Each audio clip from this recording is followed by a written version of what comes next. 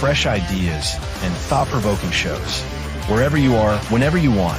Watch TVM on all your devices. TVM, your world, your network.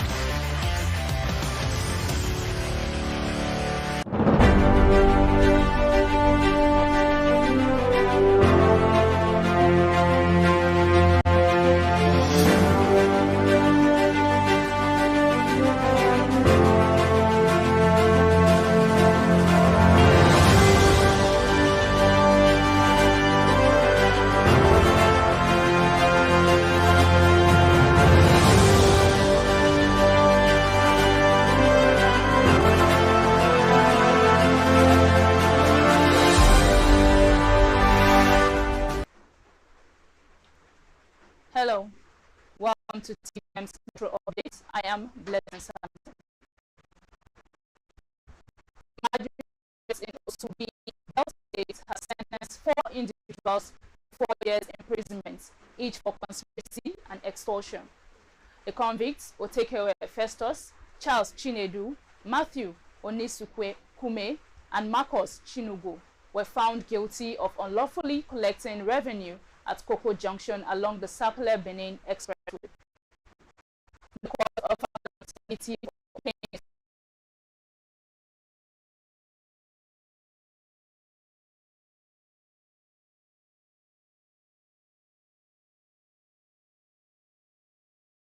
a strong message that tax evasion and extortion would not be tolerated. He urged the public to report any unauthorized revenue collection, vowing that the agency would pursue all illegal measures against offenders. Now to Edo State. Edo State Governor Monday Okpebholo has brought former commissioners and local government chairmen back into his administration, appointing them as special advisors. This move is designed to leverage their experience to strengthen governance and enhance service delivery. Now, according to a statement from the Secretary to the State Government, Musa Ikilo, the key appointments include former Commissioner for Finance, John Inegbedion, as Special Advisor on Tax Reforms, and Shaibu Elama as Special Advisor on Law Reforms. Several appointees were also named as Special Advisors on women mobilization across 3 senatorial districts. The appointments take immediate effect and are aimed at ensuring the administration benefits from the experience of former officials to drive development across Edo State. Still in Edo, the chairman of the All Progressive Congress in Edo State, Jarrett Tenebe, has issued a strong warning to the Edo State Executive Council. Tenebe stated that any commissioner barred from the EXCO meeting for failing to wear the designated Asiwaju cap as mandated by Governor Monday Okpebholo will be suspended from the party.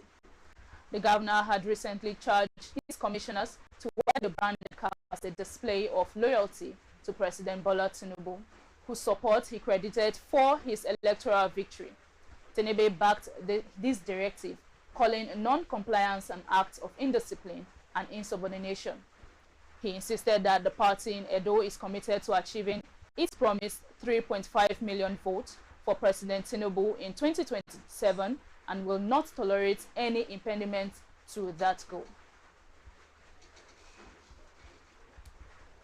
Operatives of the National Drug Law Enforcement Agency, NDLA, and the Nigerian Army came under heavy attack from the suspected drug baron in Upe, one west government area of the Edo State. Now, according to Edo NDLA Commander Michelle Ofoyeju, the security team was ambushed by armed cultivators who opened fire during a joint operation to dismantle cannabis farms in the area on October 27th. The team engaged the attackers briefly before making a tactical withdrawal to prevent casualties. While no life was lost, one NDLA officer sustained injuries from a sharp object and is currently stable. Ofoyeju stated that the incident will not discourage the agency from pursuing its mandate to cleanse Edo State of narcotics, which he described as one of Nigeria's major drug-producing areas. The NDLA vows to intensify operations and work with the Nigerian army to bring those behind these criminal networks to justice. 72 hours after their appointment, the new service chiefs met with President Bola Ahmed Tinubu at the presidential villa for their first official briefing. The meeting, described as a follow-up engagement, focused on strengthening national security, deepening professionalism, and enhancing coordination among the armed forces. In attendance were Chief of Defense Staff, Lieutenant General Olufemi Oluyede, Chief of Army Staff, Major General Waidi Shaibu, Chief of Air Staff, AVM Kelvin Aneke, Chief of Naval Staff, Rear Admiral Idi Abbas, and Chief of Defense Intelligence, Major General EAP Udien Deye. Now, discussion centered on counter-terrorism, border security, and strategies to safeguard Nigeria's territorial integrity. President Tinubu urged the new military leaders to justify the trust placed in them by demonstrating professionalism, vigilance, and unity in service to the nation. Still on national news, President Bola Ahmed Tinubu has paid glowing tribute to his longtime friend and ally, Senator Abu Ibrahim, on his 80th birthday, describing him as a principled statesman, loyal friend, and patriot. Tinubu praised Ibrahim's lifelong commitment to democracy, justice, and national unity, recalling their bond since meeting in the Senate in 1992. He noted that their friendship, built on shared ideals, endured through political differences and turbulent times. The president recounted Ibrahim's courage during the June 12 struggle, highlighting his refusal to leave detention without his colleagues after their protest against the election annulment. Tinubu also commended Ibrahim's legislative service, his role in forming the APC, and his consistent advocacy for peace and unity. He prayed for the senator's continued health and strength, describing his life as an example of loyalty, courage, and patriotism. In other news, Professor Joash Amopiton, the new INEC chairman, has pledged to end Nigeria's culture of excessive pre-election litigation. Speaking at the Nigerian Association of Law Teachers' 56th Annual Conference in Abuja, he said priority is to end courtroom warfare that begins before elections. Amopiton, sworn in last week by President Bola Tinubu, criticized the over 1,000 pre-election cases before the 2023 polls, calling it litigation by other means. He urged political parties to obey their constitutions and electoral acts, saying that doing so would drastically reduce disputes. He emphasized that election must be won at the polling unit and called on the National Assembly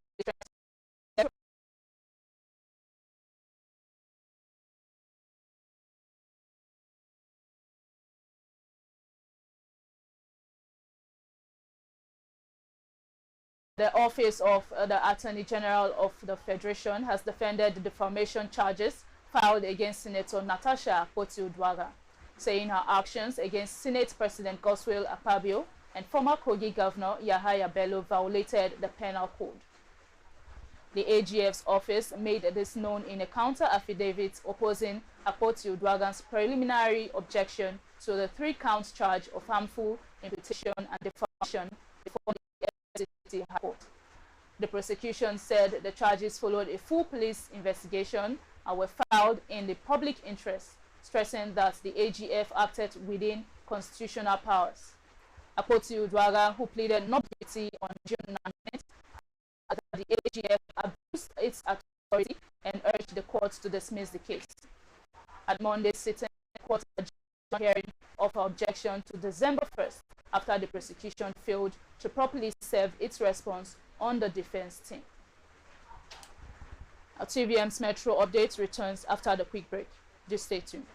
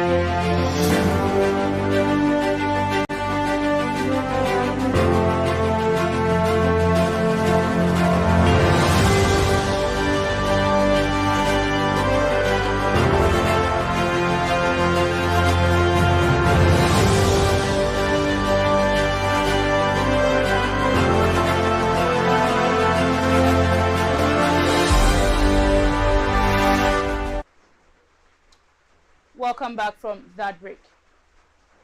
Well, I beg your pardon for a mistake.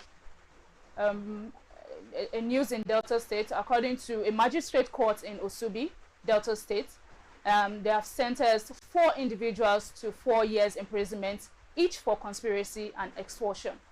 The convicts, Otekewe Festus, Charles Chinedu, Matthew Onisukume, and Marcus Chinugo, were found guilty of unlawfully collecting revenue at Koko Junction along the Sapele Benin Expressway. The court offered an alternative of paying a fine of 2 million naira each. The chairman of the Delta State Internal Revenue Service, Honorable Solomon Igrapata, commended the judgment, stating it sends a strong message and tax evasion and extortion will not be tolerated. He urged the public to report any unauthorized revenue collection, vowing that the agency will pursue all legal measures against offenders. And now to some business news. Nigerians' foreign portfolio inflow rose by 845.9% in 2 years to 1,030 billion naira as of September 2025, up from 180 billion 930 million naira in 2023. Outflow also increased by 443.6% to 810 billion 390 million naira. The Nigerian Exchange Limited reported that total foreign transactions grew to 1,800 billion naira, while total market activity, domestic and foreign, rose by 214.8% to 8,530 billion naira. Analysts say the rise signals strong investor confidence and market stability, supported by government reforms. The oil share index climbed from about 50,000 in 2023 to over 155,000 in 2025, reflecting renewed growth and capital inflow. Amid a nationwide drop in food prices, Minister of Agriculture and Food Security, Senator Abubakar Kyari, announced new measures to sustain cheaper prices and strengthen food supply. According to the National Bureau of Statistics, headline inflation fell by 210 basis points to 18.2% in September 2025, marking 6 consecutive months of decline. Kyari said the government is working to reduce cost of fertilizer, irrigation, and fuel through credit schemes and public-private partnerships, ensuring farmers have easier access to inputs. He added that new community-based silos will replace large urban storage facilities, with 85% of new structures located in areas to curb post-harvest losses and stabilize prices. The initiative, supported by the New Growth Infrastructure Fund and National Agricultural Development Funds, targets staple and perishable crops. Kyari reaffirmed that these efforts align with President Bola Tinubu's renewed hope agenda, aiming for nationwide food stability and affordability by 2026. Now to some foreign news. A light aircraft carrying foreign tourists from Hungary and Germany crashed in Kenya on Tuesday, killing 11 people on board. The airline, Mombasa Air Safari, said the plane was carrying 10 passengers, 8 Hungarians and 2 Germans. The captain was Kenyan. Sadly, there are no survivors, Mombasa Air Safari said in a statement. The Civil Aviation Authority said the accident happened at Kwale, near the Indian Ocean coast, at about 8:30 local time. A regional police commander said all the passengers were tourists, while Citizen TV station said the bodies of those on board had been burnt beyond recognition. The Aviation Authority said the aircraft was traveling from Diani on the coast to Kichka, Tembo in Kenya's Masai Mara National Reserve. Hurricane Melissa, a slow-moving Category 5 with winds of 175 mph, is set to hit Jamaica, possibly the island's strongest on record. The U.S. National Hurricane Center, NHC, warns of up to 3 feet of rain and winds spanning the length of Jamaica. Melissa will strike Monday, cross Cuba Tuesday, and reach the Bahamas by Wednesday. Mandatory evacuations were ordered for southern areas, including Port Royal, though some residents resisted leaving. Jamaica has a $33 million emergency budget and insurance plans to cover damages. Meteorologists say climate change is fueling stronger storms, putting tens of thousands at risk and complicating aid efforts. It's coming. Jamaicans braced for Hurricane Melissa on Monday as the storm began lashing the Caribbean island with violent winds. We're expecting catastrophic wind impacts with total structural failure. The U.S. National Hurricane Center upgraded Melissa to a Category 5 storm with sustained winds of 165 miles per hour, likely the largest hurricane on record to hit Jamaica. You have been warned. Jamaican Prime Minister Andrew Holness advised residents to evacuate to one of the nearly 900 shelters around the country. Don't venture outside unnecessarily because the winds, as you can see, can pick up at any time. The rains can come at any time. You can be caught in a flash flood. So we urge you to, at this time, stay inside.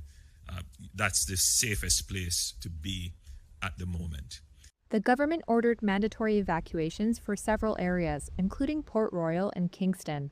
Forecasters said the storm's slow movement over unusually tepid Caribbean water had contributed to its ballooning size and strength, threatening Jamaica with days of never-before-seen catastrophic winds and as much as 3 feet of rain. Matthew Samuda, Jamaica's Minister of Water, Environment and Climate Change, cautioned residents on Monday not to panic, but said that time is running out.